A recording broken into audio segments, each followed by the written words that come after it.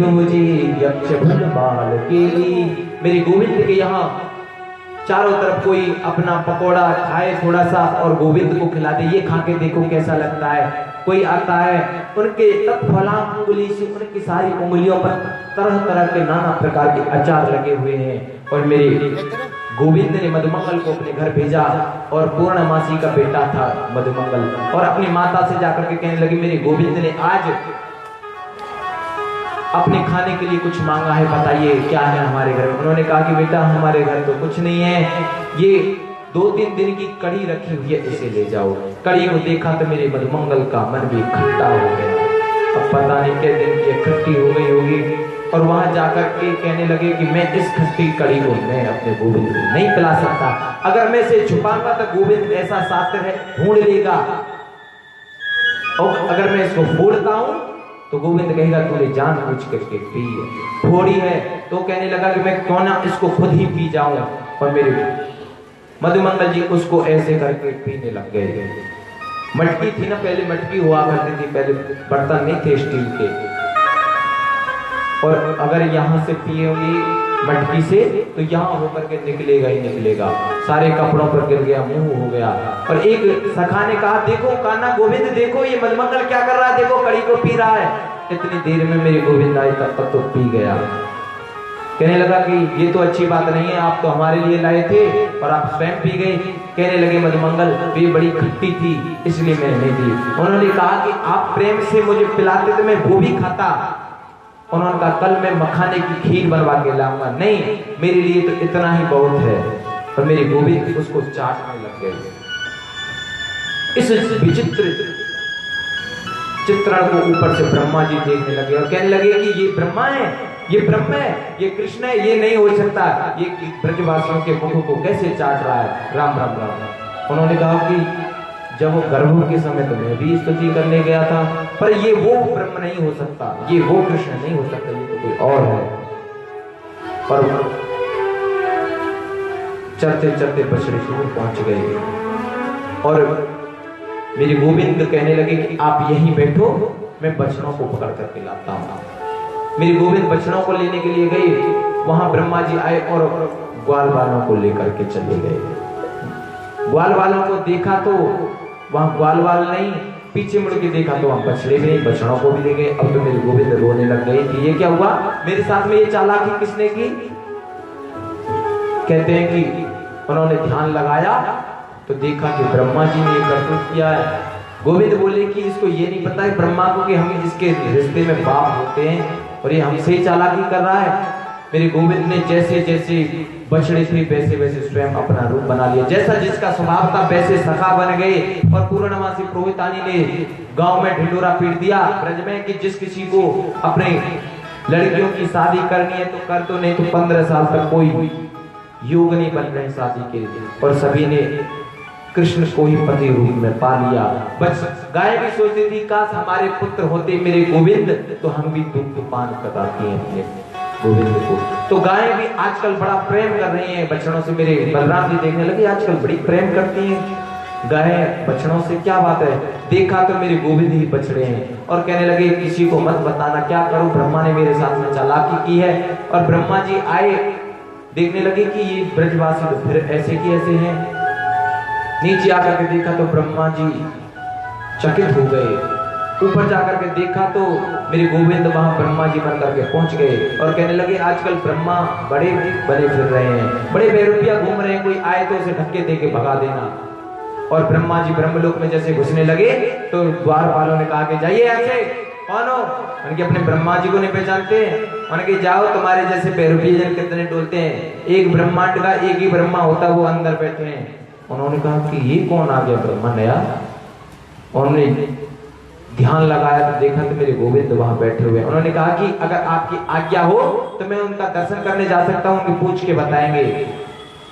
और ब्रह्मा जी अंदर गए तो वहां गद्दी को खाली देखा और बड़ा बेइज्जती महसूस करने लगे, बड़ा गिलानी हुई। उन्होंने कहा मैंने गोविंद के ऊपर उंगली उठाई है, मैंने उन पर शक किया और प्रार्थना करने के लिए आए हैं। ब्रह्मा जी ने 30 श्लोकों से स्तुति की, लेकिन मेरे गोविंद कुछ नहीं बोले और जल्दी जल्दी में ब्रह्मा जी 3 परिक्रमा देकर के भाग गए। लेकिन मेरे गोविंद ने अगासुर को मारा था 1 साल पहले, तो पता है एक बात पीछे, ये काल अंतरण इसलिए ही हुआ था कि क्योंकि ब्रह्मा जी उन सखाओं को लेकर के वहां चले गए थे और वे तो स्वयं ही बन के गए थे गोपवाल 1 साल तक। और जैसे वो गोपवाल आए पहले वाले तो जाकर के बताने लगे 1 साल पीछे उनकी नजर उतर रही है मेरे गोविंद की। कहते हैं कि अनन्य ममता विष्णु ममता प्रेम संगता भाव सैव सद्रात्मा बुद्धि प्रेमा निगत्यते।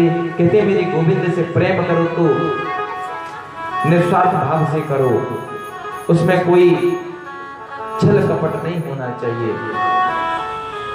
और मेरे गोविंद गाय चराने के लिए जा रहे हैं और शुक्ल पक्ष कार्तिक मास की अष्टमी तिथि उसको मेरे गोपाल जी गाय पूजन कर रहे हैं। जिस दिन से गाय चराने लगे उस दिन से उनका नाम गोपाल पड़ गया।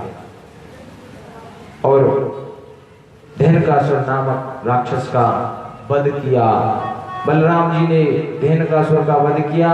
आज गोपाल ने 5 वर्ष के हैं, ये गाय सभी पूर्व जन्म के सब ऋषि मुनि हैं। और मेरे गोविंद जब मुरली की धुन सुनाते थे तो सभी बछड़े खाना बंद कर देते थे। कोई पानी पीता था तो पानी पीते ही रुक जाता था, कोई दूध पान करता था तो दूध पीते ही रुक जाता था। और सभी गोपबाल उनके आगे पीछे चलते रहते थे। और कार्तिक मास में सभी गोपियां यमुना किनारे स्नान करने के लिए जाती थी और अपने वस्त्रों को पार पर रख देती थी, तट पर रख देती थी और स्नान करती थी नग्न अवस्था में। मेरे गोविंद ने देखा कि ये अच्छी बात नहीं है, सरोवर में नग्न स्नान नहीं करना चाहिए, क्योंकि वरुण लोक का, वरुण भगवान का अपमान होता है। ये धार्मिक अपमान है और एक लौकिक भी है। अगर कोई मन चला व्यक्ति आ गया और आपके वस्त्रों को उठा करके ले गया तो आप क्या करोगी? गोपियां कहने लगी हमें ज्ञान मत दो, 4 बजे यहाँ कौन आवे यमुना पे। उन्होंने कहा तो ऐसे नहीं मानेंगे, तो प्रैक्टिकल करके बताना पड़ेगा। एक दिन मेरे गोविंद गोपियों से पहले चले गए और वहां जाकर के छुप गए। गोपियों की वही प्रक्रिया आकर के वस्त्रों को उतार करके और यमुना जी में स्नान करने लगी। मेरे गोविंद आए चुपके से और वस्त्रों को उठा करके कदम पर चढ़ गए। अब गोपियां नहाती रही और कहने लगी आज देर हो गई, चलो नहीं तो फिर लोग आने लग जाएंगे। सभी गोपियों ने देखा तट पर तो वस्त्र नहीं है। अब कहने लगे वस्त्र कहाँ गए? ऊपर पेड़ की तरफ देखा तो ऊपर लटक रहे हैं। और ज्यादा गौर से देखा, ध्यान से देखा तो देखा कि मेरे गोविंद भी वही बैठे हुए हैं और कह रहे हैं हे मेरे गोविंद हमारे वस्त्रों को दे दो। उन्होंने कहा कहाँ है आपके वस्त्र? उन्होंने कहा लटक तो रहे हैं। उन्होंने कहा कि ये आपके वस्त्र नहीं है, ये तो हमारे कदम है, कदमों पर फूल लगे हैं, ऐसे फूल लगते हैं। उन्होंने कहा कि हमारा जो कदम है ना ये सबसे निराला है, इस हमारे कदम पर ऐसे ही लगते हैं फूल। अब सब कह रहे हैं हे गोविंद हम आपके हाथ जोड़ते हैं, हम आपके पैर पड़ते हैं, हमारे वस्त्रों को दे दो। मेरे गोविंद ने कहा कि आपको वस्त्र तो दूंगा पर लेकिन आपको हाथ ऊपर करके सूर्य नारायण को हाथ दे जोड़ते हुए जब आना है। उन्होंने कहा कि हम ऐसे आ जाते तो फिर आपसे ऐसे ही कहते। उन्होंने कहा कि आपको भी तो तभी पता चलेगा कि स्नान कैसे करते हैं। गोपियों ने कहा कि ये तो परब्रह्म है, इनसे क्या संकोच करना। और मेरी गोपियां सभी निसंकोच भाव से बाहर आकर अपने वस्त्रों को लेने लगी। कुछ लोगों ने उनके जीवन के चरित्र पर उंगली उठा दी कि ये कोई अच्छे पुरुष के काम नहीं है कि किसी वस्त्र स्त्री के वस्त्रों को हरण करना। उन्होंने कहा कि ये गोपी कौन है? ये गोपी जीव है।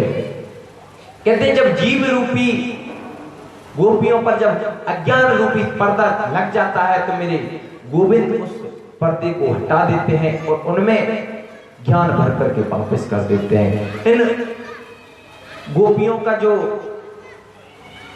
अज्ञान रूपी वस्त्र है उनको हरण किया है और उन वस्त्रों में ज्ञान भर करके वापस कर दिया। क्योंकि मेरे गोविंद की 5 वर्ष की जब आयु थी, जब उन्होंने चीरहरण लीला की थी। अब 5 वर्ष का बालक क्या जानता काम भावना क्या होती है। और कहते हैं वो तो ईश्वर और जीव का मिलन है, और उनमें ज्ञान भर करके मेरे गोविंद ने उनके वस्त्रों को वापस कर दिया। और एक दिन मेरे गोविंद सोते सोते सोच रहे हैं कि मैं बिलोकित दुष्टाम कृष्णा कृष्णा कृष्णा है ना विभो तस्य विशुद्ध मदविच्छन् सर्पं तमद्वासयत्। कि सोच रहे हैं कि मेरे आने का कारण क्या है, ब्रजमंडल में ब्रजवासियों के दुख का निवारण कैसे होगा।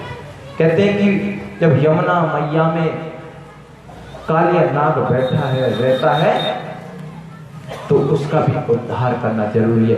क्योंकि यमुना कहते हैं भक्ति को जब तक भक्ति शुद्ध नहीं होगी, कालिया जैसे दंभ अहंकार निवेश अग्निवेश द्वेष काम क्रोध लोभ मोह जब तक ये बैठे हैं तब तक वो भक्ति निर्मल नहीं हो सकती, जब तक वो यमुना स्वच्छ नहीं हो सकती, जब तक कालिया नाग को नहीं हटाया जाए। भक्ति कब श्रेष्ठ होती है, जब हमारे मन में कोई काम क्रोध लोभ मोह कुछ नहीं होता, एकदम स्वच्छ होती है, तब हमारी भक्ति। एक दिन मन में सोच रहे हैं कि और छुट्टी कर ली गाय चराने से, और अपने साथियों से कहने लगे कि आज भाई छुट्टी कर लो, आज खेलने चलेंगे। उन्होंने कहा किस खुशी में, आज काफी दिन हो गए गाय चराते जाते हैं। और बलराम जी से कहने लगे आपके साथ नहीं चलेंगे। क्यों? उन्होंने कहा आपके साथ चलने में हमें शर्म लगती है। कैसे? कहते देखो कितना बड़ा भाई है, बच्चों के साथ में खेलता है, हमें बड़ी शर्म लगती है, हम आपको नहीं लेके चलेंगे। बलराम जी मान गए, चलो शर्म लगती होगी भैया। उसको क्या पता था कि क्या कौतूहल करने वाला है, क्योंकि अगर बलराम जी वहां होते तो कभी कालिया नाग को नथने नहीं देते। और मेरे गोविंद सभी सखाओं को लेकर के काली दह पर खेलने के लिए जा रहे हैं, और कह रहे हैं कि श्री दामा कहने लगे मेरे पास में एक रेशम की गेंद है। मेरे गोविंद कहने लगे तो चंदन का बल्ला हमारे पास में भी है, तो चलो तो खेलने चलते हैं। फिर उन्होंने कहा काली दे पे नहीं जी हम नहीं जाएंगे, वहां तो कालिया नाग रहता है। हम तो बड़ी एकादशी के, हमारी माता जी ने बड़े एकादशी के व्रत किए थे तब जाकर हमारा प्राकट्य हुआ था। कोई कहने लगा हमारी माता जी ने सोमवार के दिन कितने व्रत किए थे तब जाके हमारा प्राकट्य हुआ। कोई कहने लगा हमारी माता जी ने संतोषी माता के दिन कितने व्रत किए थे तब जाके हमारा प्रादुर्भाव हुआ, हम नहीं जाएंगे। उन्होंने कहा मेरे गोविंद ने कि हम काली देह में थोड़ी नहीं उतरेंगे, वहां जो खाली जमीन पड़ी हुई है वहीं खेलेंगे। चलो ठीक है जी। और वहां पर मेरे गोविंद खेलने के लिए जा रहे हैं, और कहते हैं ओ काली देह पे खेलन आयो री, काली देह पे खेलन आयो रे मेरो बारो सो कन्हैया। काली देह पे खेलन आयो रे मेरो बारो सो कन्हैया। मेरो बारो सो कन्हैया, मेरो छोटो सो कन्हैया। मेरो बारो सो कन्हैया, मेरो छोटो सो कन्हैया। काली देह पे खेलन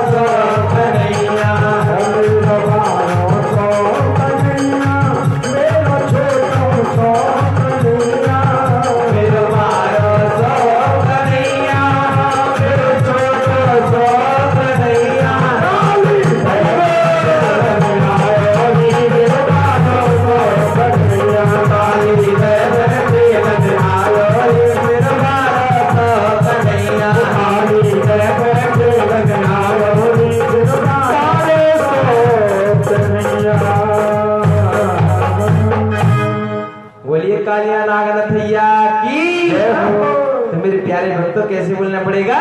राधे राधे। तो मेरे गोविंद काली देह पर खेल रहे हैं और एक ऐसा टोल मारा गेंद में और सीधी काली देह में चली गई और उन सखाओं को ऐसे भड़काया, ऐसे आतुर किया, वो उसी गेंद की मांग करने लग गए कि हमें तो वही गेंद चाहिए। मेरे गोविंद कहने लगे घर जाकर के उस गेंद के बदले 4 गेंद दे दूंगा। नहीं जी, मुझे 4 गेंद नहीं चाहिए, मुझे तो वही गेंद चाहिए। उन्होंने कहा मुझे परेशान मत करो, नहीं तो मैं चला जाऊंगा यमुना में ले आऊंगा, उनकी हम कुछ नहीं जानते, हमें तो वही गेंद चाहिए। मेरे गोविंद ये तो चाहते थे कि मैं जाऊं यमुना में, अगर वैसे तो मुझे जाने नहीं देंगे। और मेरे गोविंद कदम पर चढ़ गए और जैसे ही गोविंद को कदम पर चढ़ते देखा तो सभी ब्रजवासी कहने लगे, गोपो सखा कहने लगे कि मत जाओ, नहीं हमें नहीं चाहिए गेंद, नीचे उतर जाओ। उनकी नहीं, अब तो मैं गेंद को लेकर के आऊंगा, आपने ऐसे कह ही क्यों दिया? तो मेरे गोविंद ने यमुना मैया में छलांग लगा दी और नीचे पहुंच गए। वहां पर नाग कन्याएं कहने लगी कि तुम यहाँ कैसे आए और इस जल को तो इतना जहरीला कर दिया है हमारे पति ने, इसको कोई ऊपर होकर के भी पक्षी निकलता तो वो मर जाता है और तुम इसमें खुद घूम रहे हो। उन्होंने कहा कि बुला के लाइए अपने पति को, हम देखते हैं कि उन्होंने बड़ा यहाँ आतंक मचाकर रखा है, उनको हम सुधार के लाए। उन्होंने कहा भाग जाओ यहाँ से, क्यों मरना चाहते हो, क्यों काल के मुंह में आए हो? उन्होंने कहा कि आज 2-2 हाथ हो जाए, आपके स्वामी जी से बुला करके लाइए। उन्होंने कहा कि हमको बड़ी दया आ रही है आपके ऊपर, आप नन्हे से बच्चे हो, आपकी माँ बड़ा रुदन करेगी, जाइए क्यों मरना चाहते हो? उन्होंने कहा कि बुला करके लाइए, नहीं तो मैं स्वयं जा करके बुला के लाऊंगा।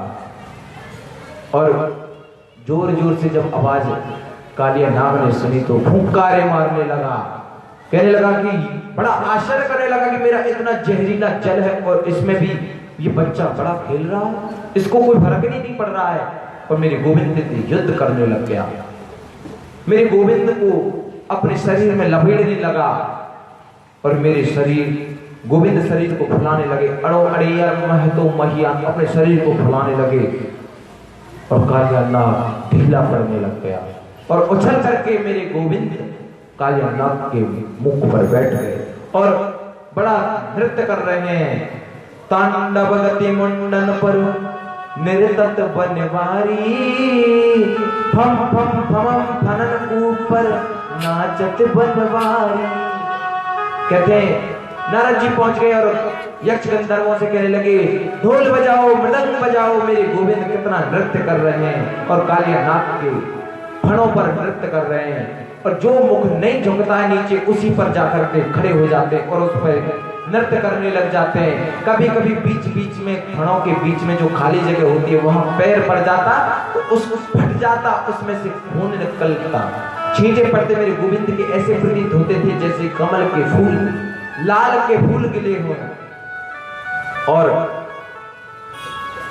ज्यादा देर हो गई मेरे गोविंद को नृत्य करते करते तो नाग और पत्नियां कहने लगी हे गोविंद, अगर ज्यादा देर नृत्य करोगे तो हमारे पति जी तो हमारे स्वामी जी तो पधार जाएंगे। उन्होंने कहा देवियों मैं क्या करूं, आपका पति झुकता ही नहीं है, अगर ये झुक जाए तो मैं क्यों इसको मारूं। उन्होंने कहा हे प्रभु, आपके चरण इनके मस्तक पर पड़ गए तो इनका मन पवित्र हो जाएगा और आपका भगत बन जाएंगे। और हम बड़ी खुशी हो रही है, जिन चरणों के लिए ऋषि मुनि बड़ी तपस्या करते हैं वो नहीं पाते हैं और आज हमारे स्वामी ने, हमारे पति ने उन चरणों को अपने मस्तक पर धारण कर दिया। और कालिया नाग बड़ी प्रार्थना कर रहा है, स्तुति कर रहा है, कह रहा है कि हे मेरे गोविंद, सांपों को कौन बनाता है? हम बनाते हैं। उनमें जहर कौन भरता है? क्योंकि हम ही भरते हैं। तो फिर इसमें मेरा क्या दोष है? मुझे क्यों मार रहे हो? उन्होंने कहा कि आपको मारा नहीं है, थोड़ा सा दंडित किया है, क्योंकि आपके इस जल को पी करके मेरी न जाने कितनी गायें मर गई हैं, कितने पशु पक्षी मर गए हैं, इसलिए तुझे थोड़ा सा दंडित किया है और चले जाओ यहाँ से। उन्होंने कहा अगर मैं यहाँ से भाग करके जाऊंगा तो आपका जो गरुड़ है वो मुझे छोड़ेगा नहीं, मैं वहां से भाग करके आया हूँ। उन्होंने कहा अब आपको गरुड़ कुछ नहीं कहेगा, क्योंकि आपके मस्तक पर मेरे चरणों के चिन्ह बने हुए हैं। और कालिया नाग यमुना माता को छोड़ करके चले गए और कहते हैं यमुना मैया शुद्ध हो गई, एकदम अमृत जल हो गया। ऐसे ही जब तक हमारी भक्ति में काम क्रोध लोभ मोह बैठे हुए हैं तब तक हमारी भक्ति दूषित है। हमको पवित्र बनाना है, उसे गोविंद के चरणों में अपने मन को लगाना है, तभी तो हमारे गोविंद हमारा कल्याण करेंगे। और एक दिन गाय चरा करके मेरे गोविंद आ रहे थे, बरहा कृष्ण की झांकी को मन में निहारो। कहते हैं कभी कभी गाय चराते चराते चारों तरफ गाय उन्हें घेर लेती थी, गाय चारों तरफ बछड़े चारों तरफ हो जाते थे, मेरे गोविंद बीच में चलते थे। कहते यमुना जी के माध्यम से वृक्षों की जो पुष्प थे वो आकर के गोविंद के चरणों में चढ़ जाते थे आपिया। और गाय चरा करके आ रहे हैं मेरे गोविंद, और उनका वल्लभाचार्य जी मधुरा अष्टक के माध्यम से उनकी छवि को निहार रहे हैं और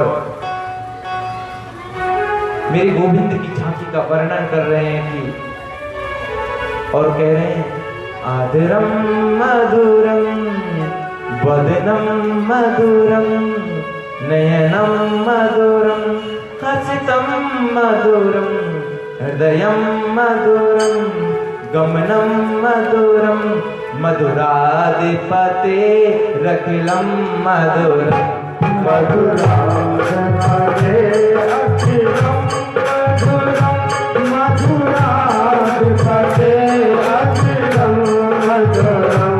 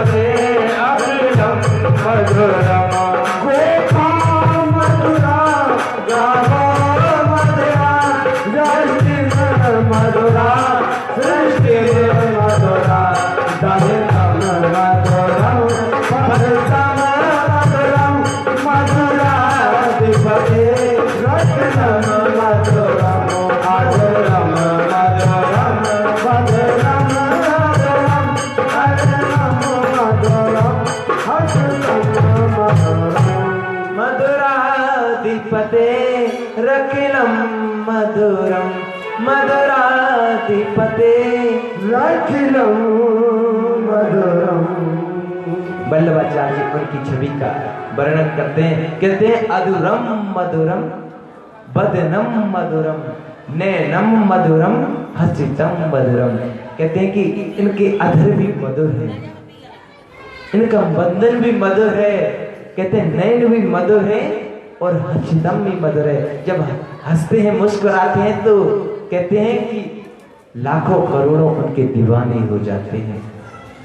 ऐसे उनका हृदय भी मधुर है और गमन जब चलते हैं चलते भी मधुर हैं। कहते हैं मधुराधिपति रखिलम मधुरम।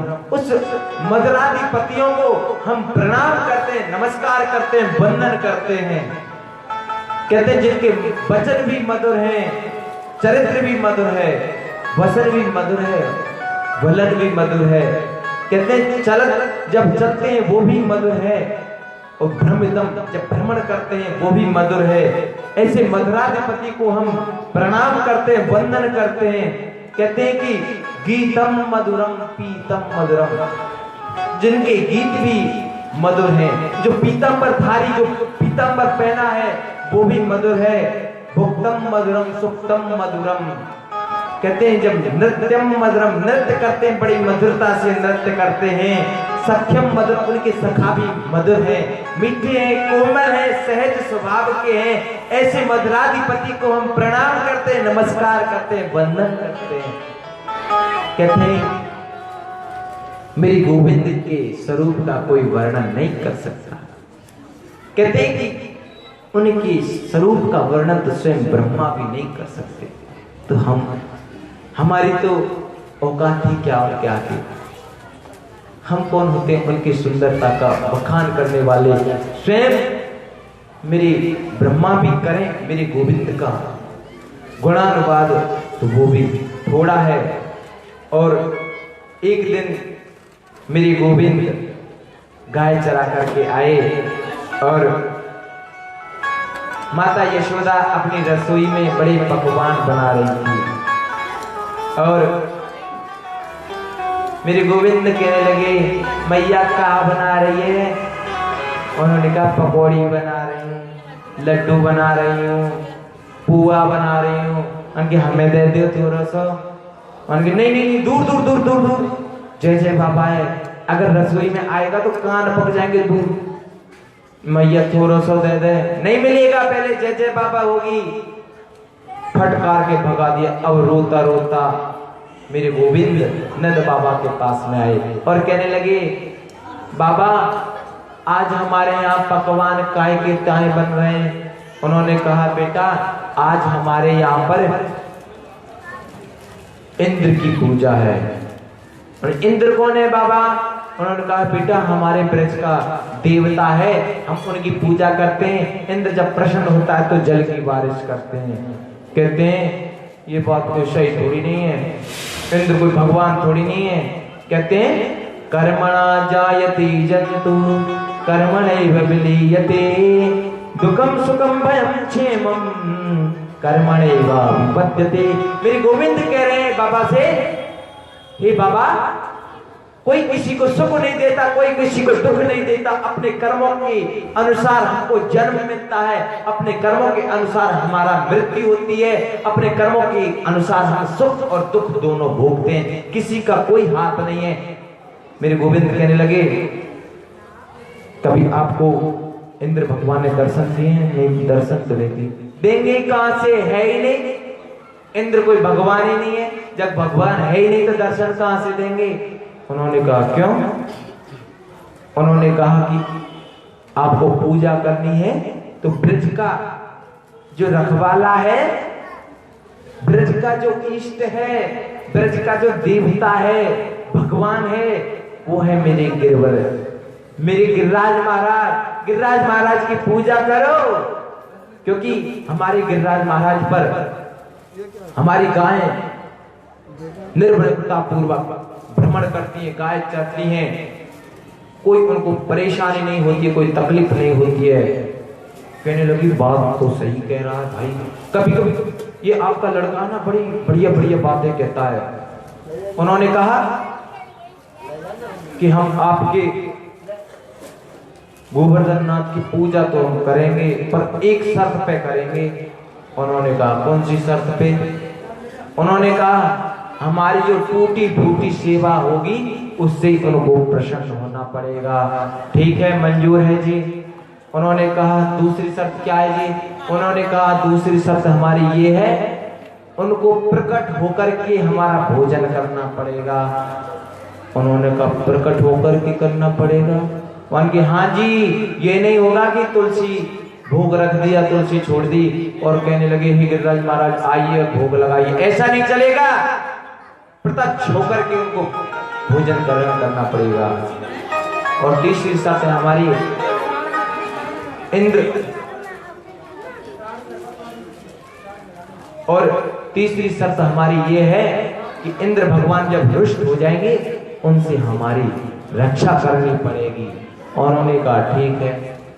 तो मेरे प्यारे भक्तों, अब हम आपको कल के बारे में बता देते हैं, क्योंकि फिर जब पूजा होगी आप सुनेंगे नहीं, भाग दौड़ी लग जाएगी, प्रसाद की कभी पूजा की, फिर ध्यान वहां नहीं होता है। कल गोपी उद्धव संवाद होगा, मेरे गोविंद के द्वारा कंस का उद्धार होगा, और सबसे लास्ट में मेरे गोविंद की शादी होगी माता रुक्मणी के साथ में।